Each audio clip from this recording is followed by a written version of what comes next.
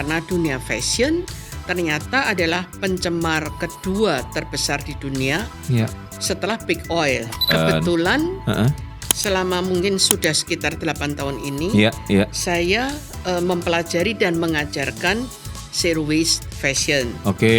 Jadi tidak menambah limbah. Anak muda yang ikut pakai celana ketat, ya, ikut Beatles atau ikut Elvis ya zaman dulu. Itu kalau ketahuan polisi digunting, dianggap jelek, dianggap tidak layak, dianggap ngak-ngikok. Seperti zamannya Kus Plus di penjara. Jadi ada sejarahnya.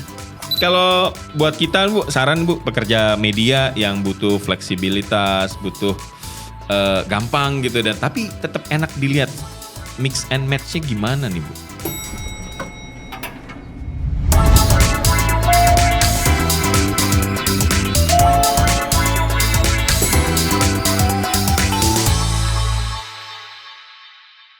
Ya, kita kembali di podcast Lantai 2 bersama saya Adit Jufriansah. Nah, kawan pernah dengar istilah makin tua makin jadi? Nah, di depan saya sudah ada sesosok perempuan yang bisa dibilang tadi makin tua makin jadi.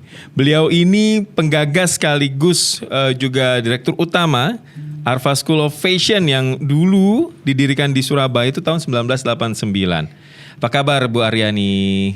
Baik-baik saja Mas. Selamat sore Mas Adit. Selamat sore Bu Aryani Widakdo. Benar Bu ya, makin tua makin jadi ya. Boleh dikatakan demikian. Sumringah banget loh. Saya tuh beberapa kali ketemu Bu Aryani. Sempat kita wawancara ya Bu ya. Setiap kali ketemu Bu Aryani tuh bawaannya tuh senang terus ya. Kuncinya apa sih Bu? Kuncinya mungkin tetap bekerja. Ya, tetap bekerja. Jadi bukan, meskipun saya nenek-nenek begitu ya, tapi bukan hanya di rumah nonton TV, duduk-duduk gitu. Saya kan tetap bekerja. Luar biasa, tahun 89. Iya. Jadi sudah mendirikan sekolah yang sekarang Anda kenal dengan nama Arfa School of Fashion. Betul. Ya Bu, dari dulu sampai sekarang nggak berubah ya Bu namanya Bu ya? Iya, namanya tetap Arfa. Gitu. Itu di tahun 89 gimana Bu cerita awalnya bisa mendirikan Arfa School of Fashion?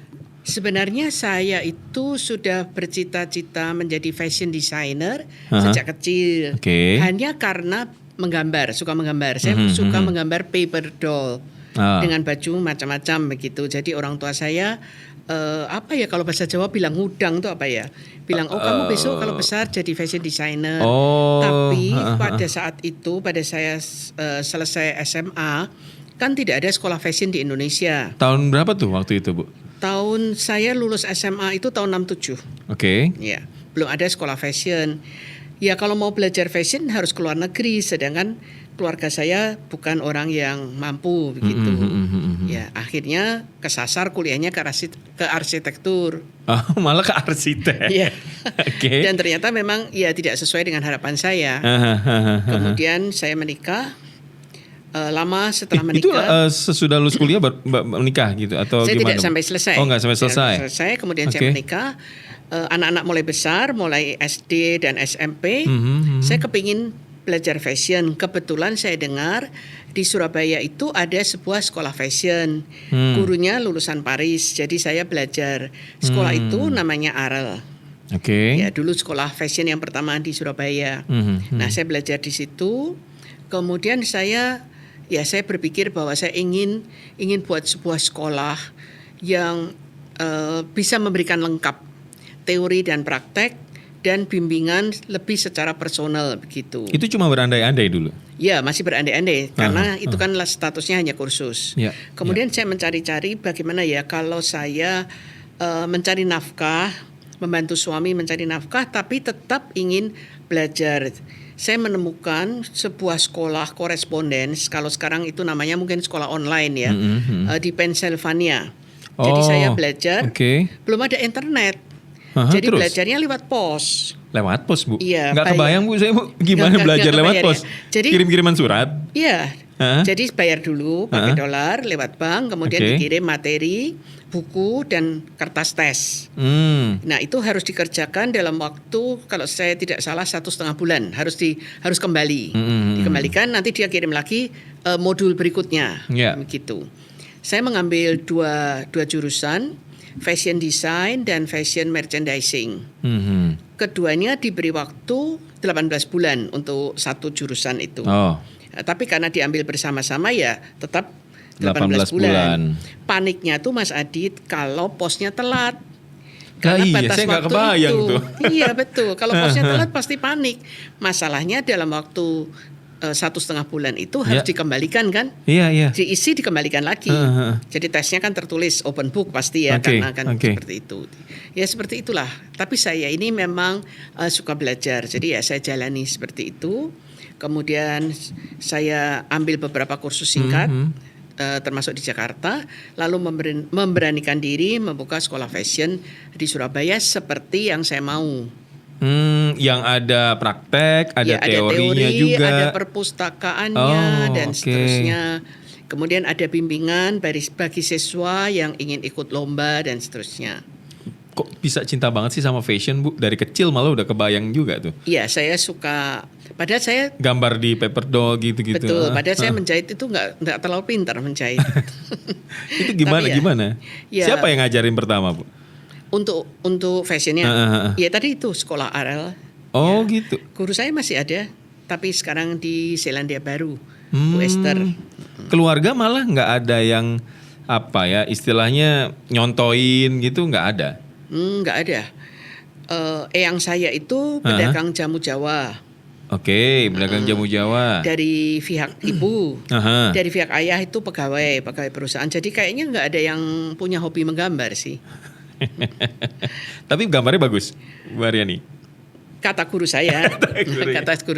Jadi saya sampai belajar tuh di Jakarta. Saya minta izin kepada guru saya, almarhum Bapak Alim Zaman. Boleh nggak saya tuh kalau belajar mengirim orang, karena saya harus mencari nafkah jaga toko.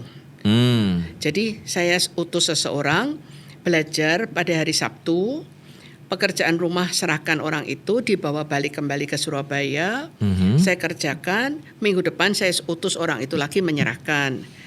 Beliau mengizinkan. Jadi seperti itu. Nah, itu salah satu yang ya almarhum Pak Alim Zaman mengatakan gambar saya bagus begitu. Itu kursus di Jakarta ya? Iya, kursus di Jakarta. Tapi orang yang seperti itu. Orang yang belajar ke Jakarta, Anda yang bikin PR-nya di Surabaya. Kenapa gitu, Bu? Ya kan toko saya tidak bisa meninggalkan anak-anak, tidak bisa meninggalkan toko juga, mencari nafkah berdua kan. Oh iya, apa waktu itu bisnisnya, Bu? Tokonya apa, Bu? Jualan ayam. Suami jualan ayam? Iya, ayam maksudnya poultry shop. Jadi bidangnya beda sama sekali. Eyang pedagang jamu Jawa, dari pihak ibu ya, Bu ya. Yeah. Terus Eyang satu lagi karyawan. Suami pebisnis juga, pebisnis ayam tapi. Nah ini kenapa bisa nyantol bikin sekolah fashion? Emang kalau jadi pebisnis nerusin usaha suami, kenapa waktu itu nggak mau? Kalau dilihat dari sisi finansial, jelas orang bisnis itu lebih menguntungkan. Tapi ada rasa jenuh karena tidak bisa menciptakan sesuatu ya. Iya kan? Orang dagang itu ya kalau bahasa Jawa renes itu apa ya? Ada hasilnya terus. Ya. Tapi kalau saya kan kepingin menciptakan sesuatu, ingin berbuat sesuatu juga. Saya suka menjadi guru, ya, makanya saya bikin sekolah fashion itu. Dimulai kecil sekali, satu ruangan di Jalan Maijen Sungono. Tahun 89 itu, Bu ya? Iya. Mesin jahitnya cuma 2, kemudian kursi 4, kursi dan meja itu 4, jadi muridnya 4.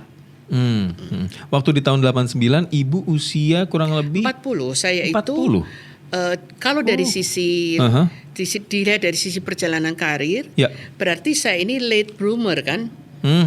Yang mestinya orang lain umur 40 tuh udah kaya kali ya.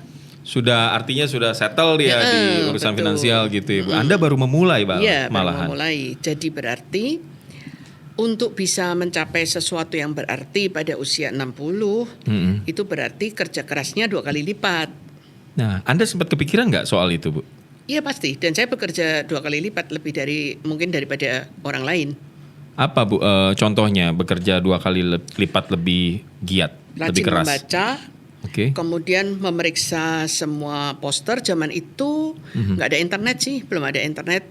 Materi itu diketik, ya, diketik. Tapi setelah beberapa tahun pasti ada internet, diketik, terus difotokopi, nggak ada YouTube, nggak ada email waktu itu. Nah, diketik terus difotokopi, lalu dijilid, diserahkan ke siswa. Jadi masih fotokopian begitu. Ya. Tapi saya suka membaca, jadi saya ini berlangganan Amazon. Itu memang sejak saya mampu membeli buku, pasti setiap 3 bulan saya membeli buku, 2 atau 3 buku, sehingga saya punya perpustakaan yang cukup lengkap.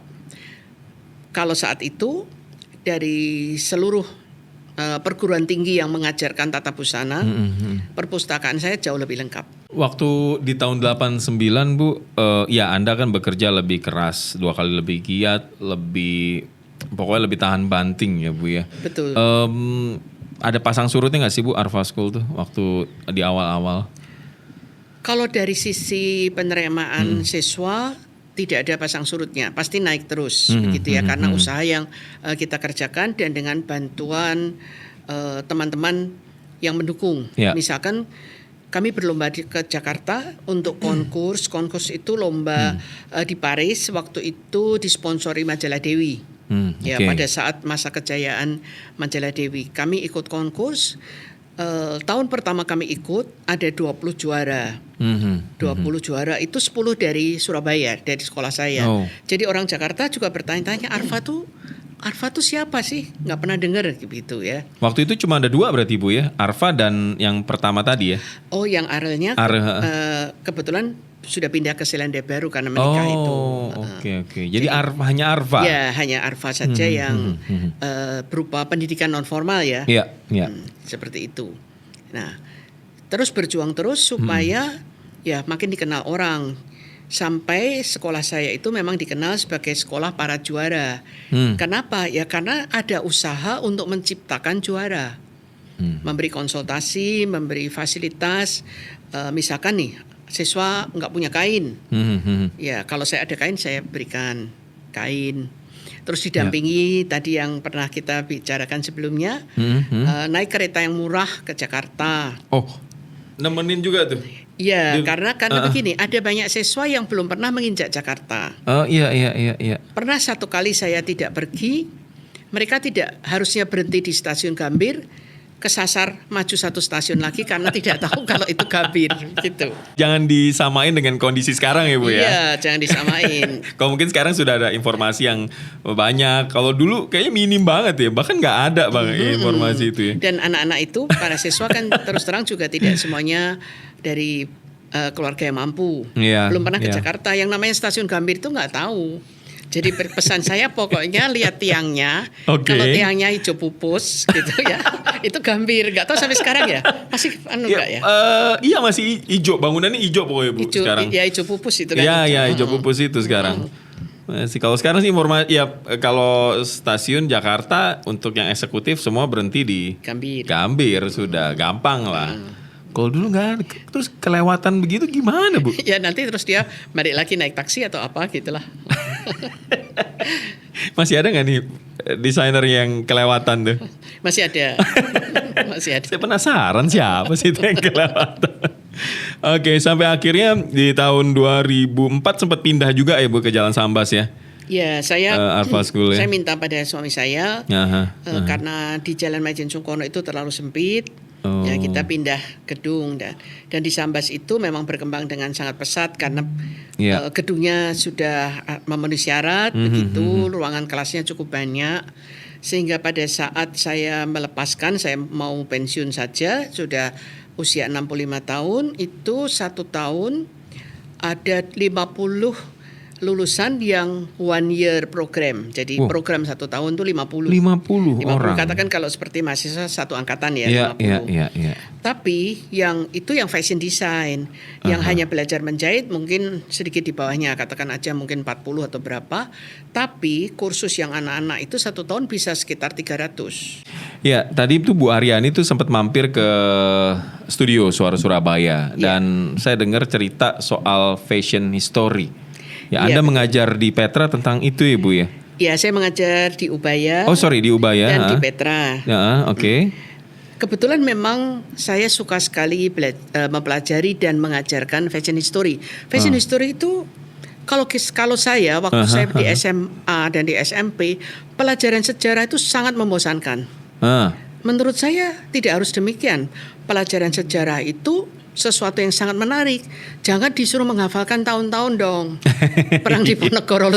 Sampai sekarang saya ingat loh perang di Ponegoro tahunnya. Ya bukan itu. 18 berapa Bu? 1825. 1825 sampai 1830. Betul. Maghrib ya. Maghrib sampai Isya ya. Terus, semua orang kan ingatnya itu ya. Nah, yang kalau sejarah fashion itu menarik sekali. Kita biasa mulai dengan Mesir. Mengapa Mesir? Karena kebudayaan manusia ini dari sisi orang Barat ya. Padahal kebudayaan Cina dan lain-lain juga bagus. Tapi ini dari sisi orang Barat itu dianggap dilahirkan di Mesir dan di lembah yang Mesopotamia. Nah, seperti itu. Itu dua ibu dari kebudayaan manusia dari pandangan Barat. Nah, kemudian kita masuk ke Yunani, Romawi yang sampai sekarang kan sumber inspirasi yang luar biasa. Sampai ke Bizantium.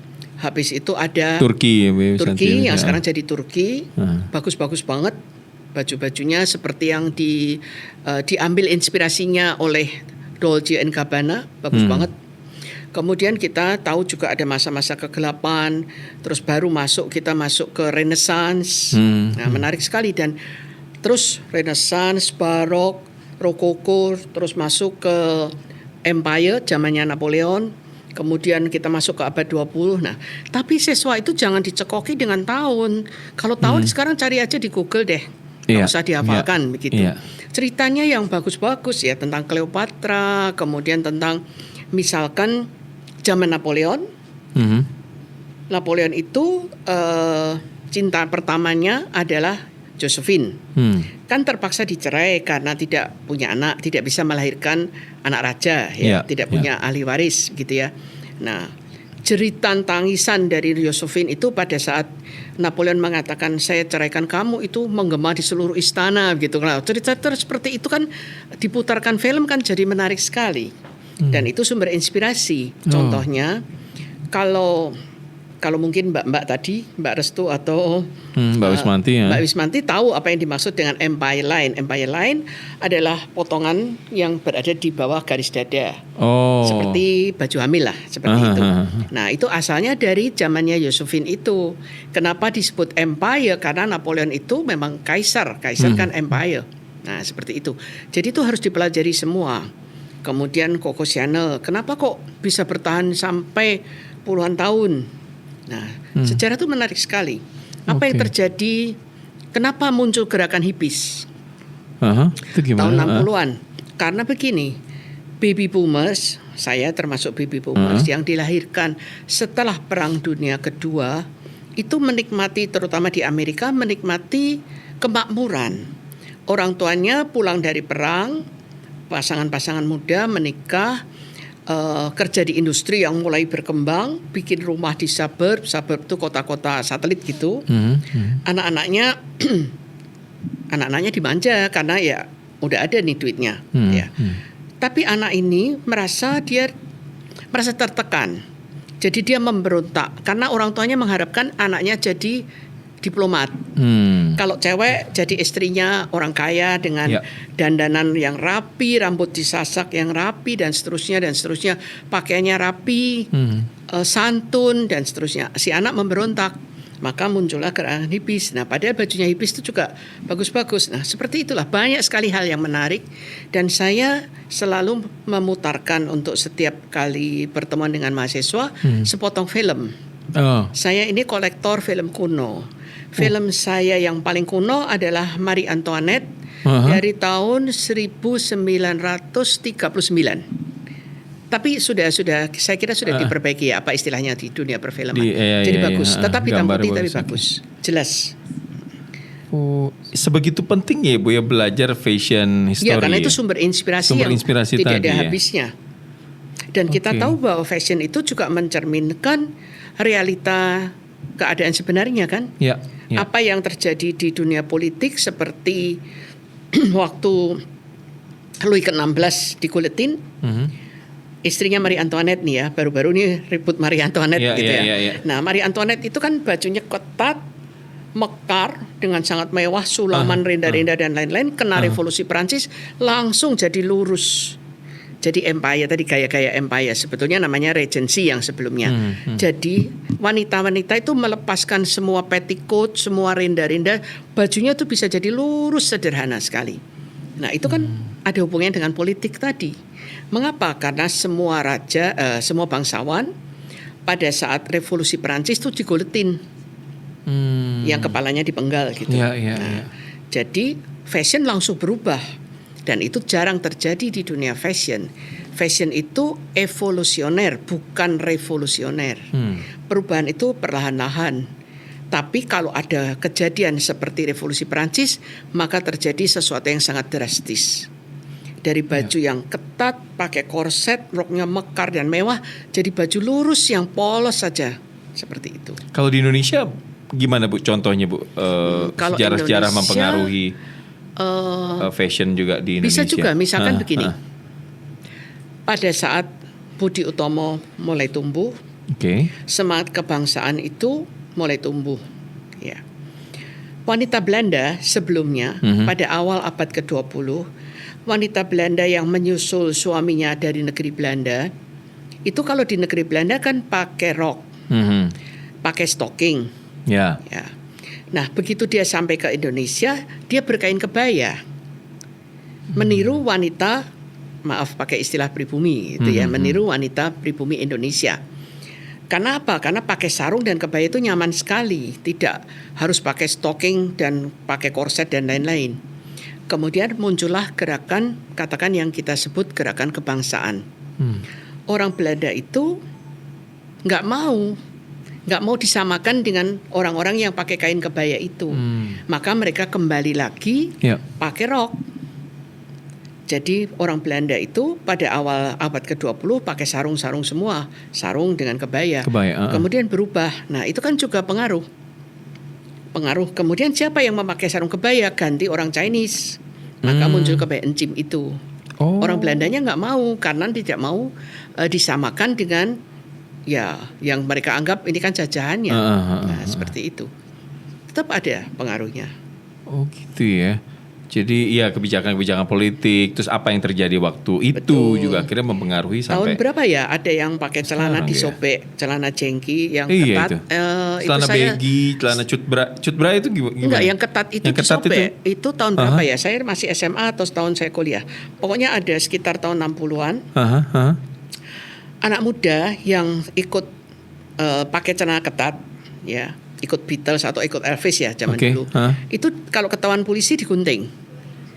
Digunting dari bawah gitu supaya melebar. Dianggap jelek, dianggap tidak layak, dianggap ngak-ngikok, seperti zamannya Kus Plus di penjara. Nah, kira-kira seperti itu. Jadi ada sejarahnya. Pro kontra kebaya modern. Itu gimana? Sempat terjadi Bu ya? Di kebaya modern itu ada pro kontra ya? Iya, pasti begini. Patokan kebaya yang disebut kebaya itu adalah atasan, ya, dipakai di atas maksudnya, berkancing depan, berbukaan depan, dan berlengan panjang, dan dipakai di luar, maksudnya di luar bawahannya, bawahnya bisa kain batik, kain tenun ikat, apa saja, songket dan lain-lain. Itu patokan kebaya.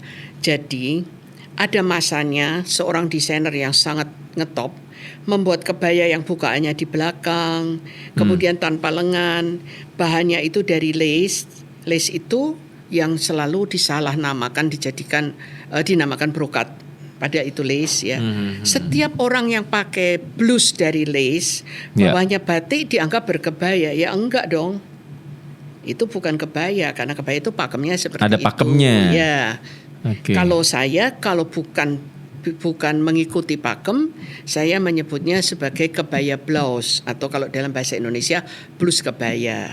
Gitu. Jadi ada banyak kontroversi seperti itu. Tapi jangan lupa bahwa setiap arus ya di dalam dunia fashion itu pasti ada arus balik. Sekarang orang lebih suka klasik kan, yang sekarang dijual di pasar Beringharjo misalkan, atau pasar Klewer, itu seperti kebaya tahun 50-an. katun berbunga-bunga, pakai kutu baru, gitu.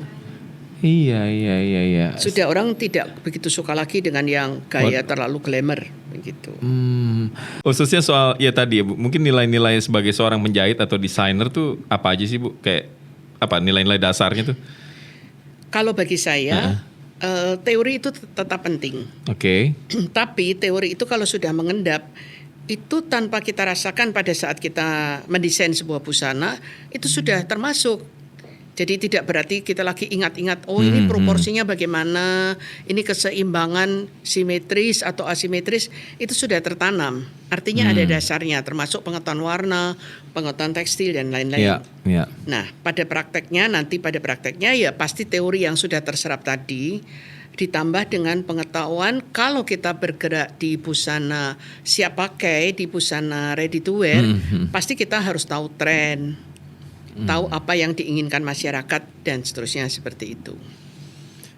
Ternyata nggak sesimpel yang saya orang awam Ibu ya, nggak sesimpel yang dibayangkan ketika kita ya bikin pakaian, gambar, desain pola busana dan semacamnya. Itu yang pada awal saya membuka sekolah fashion, orang tua yang anaknya malas sekolah dan mungkin juga kurang cerdas, dimasukkan karena mereka berpendapat kan gampang tuh sekolah cuma jahit gitu.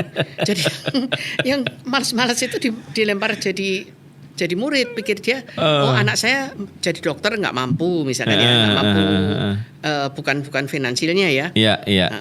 Atau mungkin mau jadi insinyur nggak mampu, udah sekolah desain aja lah. Itu yang salah kaprahnya di situ. Padahal desainer itu kerja keras. Gitu ya. Iya. Ya, usia 40 baru memulai dunia fashion. Ya, memang sebelumnya juga sudah belajar ya, dan berarti total sekarang sudah 70. Saya sudah 30-an tahun Ibu ya? Iya. Total 25 tahun saya melepaskan Arfad School of Fashion. Kemudian saya karena saya suka riset, sekarang saya punya lembaga riset mandiri, kecil tapi tetap mengabdi untuk pendidikan fashion. Sudah hampir 10 tahun, jadi sudah 35 tahun. Pernah kepikiran, aduh bisa gak ya? Gitu gak sih Bu? Kayak apa, kayak mau nyerah begitu? Berat loh Bu, saya ngebayanginnya luar biasa loh. dalam hal semangat tidak sih, tetapi terus terang saya ini sebenarnya bukan tipe pedagang. Nah, jadi dari sisi penghasilan itu yang berat begitu. Kadang-kadang ada murid saya yang sudah jadi desainer memang lalu bilang, ibu ini terlalu baik gitu, apa-apa ke muridnya dikasih gitu. Kain tadi kalau punya dikasih gitu ya. Terus konsultasi juga free setiap jam, antar ke Jakarta dan seterusnya untuk lomba begitu. Tapi memang kalau kesuksesan itu dianggap adalah dari keberhasilan finansial, maka apakah saya bisa dapat dikatakan sukses kalau saya tidak tambah kaya begitu ya? Nah, itu pertanyaannya. Tapi bagaimanapun ya, saya menerima, katakan aja kalau kita sebagai orang bertuhan begitu, ya itu sudah panggilan saya, menjadi seorang guru, menjadi seorang educator, atau saya menyebut saya educationist karena tidak dibatasi oleh ruang dan waktu. Itu sudah tugas yang diberikan oleh yang di atas kepada saya. Kalau Anda lihat Bu, perkembangan fashion di Surabaya, di Indonesia gitu Bu, gimana Bu? Kalau sekarang luar biasa sih. Jadi perkembangannya itu bukan hanya masalah hasil bajunya, tapi juga saya kan lebih melihat pada pendidikan ya. Itu luar biasa. Banyak sekolah, banyak university yang buka jurusan fashion, dan orang tua juga dengan rela mengizinkan anaknya menjadi desainer. Kalau memang dulu jarang Ibu? Ya kalau dulu kan kepingin anaknya dokter, insinyur. Anak-anaknya malas aja nih kayaknya ya. Padahal begitu masuk sekolah desain pasti tidur malam. Mungkin ini anak-anak ini juga sampai melek-melekan kan. Tugasnya banyak sekali. Apalagi kalau fashion, karena tidak bisa hanya dikerjakan di atas komputer, harus dilakukan dengan tangan kita kan, motong, jahit, seperti itu. Jadi cukup berat. Dan Indonesia cukup maju dalam hal sekarang tren Indonesia itu tidak ikut luar. Sudah ada trend forecaster yang khusus Indonesia ada. Apa trend forecaster itu? Ramalan tren. Oh gitu. Ya, ramalan prediksi ke depannya apa ya, nih? Lebih kata mungkin lebih tepat prediksi ya, bukan ramalan dukun ya. Jadi sudah ada panduannya untuk tahun depan 2025 dan sebentar lagi akan keluar untuk 2026. Untuk Indonesia itu diprediksi style apa, warna apa, bahan apa yang akan menjadi tren seperti itu. Pasti itu juga mengacu kepada dunia. Tidak mungkin kita sekarang itu mau berdiri sendiri mengabaikan dunia, nggak mungkin. Dengan keadaan apa yang terjadi di luar dalam waktu 5 menit bisa kita lihat kok di sini. Iya sih. Tapi yang saya perhatikan juga Bu ya, industri fashion tuh sekarang tuh juga berdampak juga ke pribadi manusia sekarang. Apa artinya lebih konsumtif gitu ya, dalam membeli pakaian. Pasti. Gimana kalau Anda melihat itu Bu? Konsumerisme itu memang sesuatu hal yang saya kira sangat tajam ya di dalam dunia fashion. Misalkan contohnya sebuah survei mengatakan anak-anak muda, tapi ini di luar ya surveinya. Ya. Anak-anak muda itu kan sukanya baju t-shirt, baju kesayangan t-shirt, ya baik pria maupun wanita, cowok atau cewek. Itu rata-rata hanya dipakai 5 kali, terus dibuang. Alasannya apa? Yang pertama, karena memang bajunya itu beli yang fast fashion, bukan yang kualitasnya bagus banget. Jahitannya dan bahannya itu tidak sebagus yang diharapkan gitu ya. Pokoknya ini baju murah kan. Tapi faktor yang lebih penting adalah anak-anak muda itu dengan adanya sosmed tidak mau kelihatan 2 atau 3 kali dengan baju yang sama. Betul nggak? Tapi ya bukan anak-anak, ibu-ibu juga kok. Saya ke PTC kemarin pakai baju ini, minggu depan saya mau ganti lagi. Iya, jangan. Gitu tuh sekarang. Padahal itu nanti Anda berdosa pada bumi. Iya. Bajunya dibuangi terus kan? Iya. Itu juga kalau Anda sebagai pendidik juga itu juga sering disampaikan ke murid-murid Bu soal sustainable fashion. Kebetulan selama mungkin sudah sekitar 8 tahun ini saya mempelajari dan mengajarkan zero waste fashion. Jadi tidak menambah limbah. Tidak menambah beban bumi seperti itu. Mengapa? Karena dunia fashion ternyata adalah pencemar kedua terbesar di dunia setelah big oil. Kita tahu industri minyak memang sangat mencemari.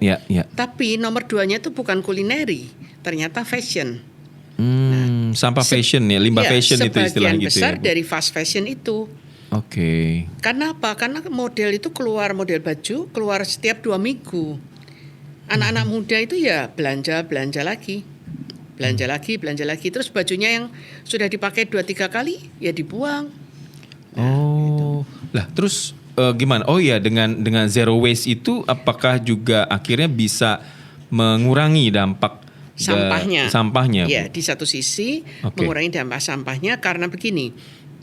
Perca kalau kita membuat baju kan ada percanya. Kain sisa itu ya Bu ya. Kain sisanya itu kalau kita berdasarkan satu survei juga seluruh dunia perca kain yang terbuang itu ada 60 miliar meter persegi setiap tahun.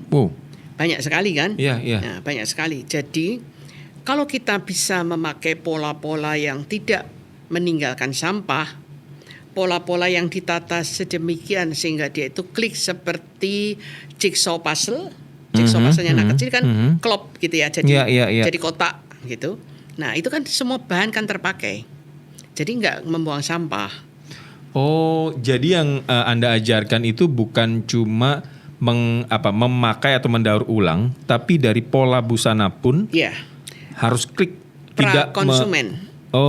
Prakonsumen sudah ditata sedemikian sehingga tidak meninggalkan perca. Nah, kalau kita recycle atau upcycle itu adalah pasca konsumen. Baju anak-anak itu misalkan 2 atau 3 baju daripada dibuang sia-sia, kita kreasi ulang. Kita dedel gitu ya, atau kita potong, kita sambung-sambung lagi. Nah, bisa jadi baju baru. Itu yang pasca konsumen. Tapi prakonsumen ini yang menurut saya jauh lebih berarti karena sejak awal sudah tidak meninggalkan perca. Oke, fashion designer sekarang sudah memperhatikan itu semua, Bu? Oh ya, banyak yang sudah menerapkan, termasuk juga di Indonesia ada beberapa desainer yang mengerjakan seperti itu. Pandemi yang membawa banyak kesedihan bagi kita, memberi pelajaran kepada kita kan. Ya, kalau kita main-main dengan lingkungan, efeknya ke kita loh. Lingkungan rusak, ya, seperti waktu pandemi. Buktinya begitu misalkan pabrik-pabrik berhenti beroperasi kan langitnya bersih dan seterusnya. Iya ya, kita semacam jadi nol lagi, kita dibersihin, di reset lagi ya Bu ya. Wih, luar biasa ya Bu ya. Jadi bukan cuma memikirkan bagaimana meluluskan atau menelurkan seorang fashion designer yang keren-keren bajunya, tapi juga memikirkan bumi. Iya, tanggung jawab seorang desainer sekarang bukan hanya bagaimana memproduksi, tapi juga memikirkan nanti baju kamu itu yang kamu buat, kalau sudah selesai itu diapakan? Apakah oleh pemakai dibuang begitu saja di bumi? Sedangkan seratnya itu polyester, serat buatan yang konon baru 200 tahun baru bisa hancur.